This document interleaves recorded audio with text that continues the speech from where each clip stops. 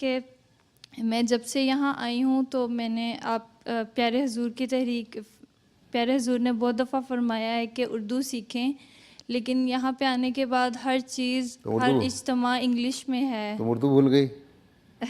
واقفات نو کو میں نے کہا، یا خاص طور پہ واقفین نو، واقفات نو کا اردو سیکھیں.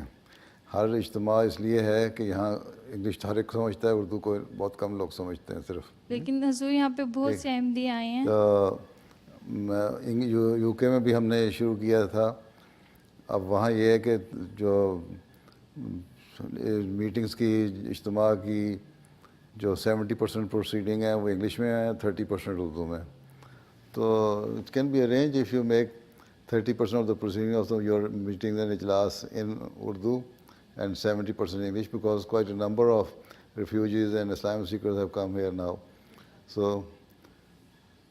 I think till the time they are very well versed with the English language, so they should be given this opportunity. But واقفات نو کو اردو آنی چاہیے.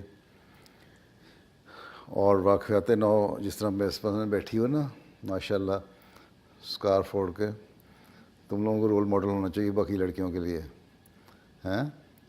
تمہارے مورلز میں، تمہاری نمازوں میں، تمہارے بات چیت میں، تمہارے اخلاق میں، تمہارے ڈریس میں ماڈسٹ ڈریس ہونا چاہیے اور اسکارف ہونا چاہیے.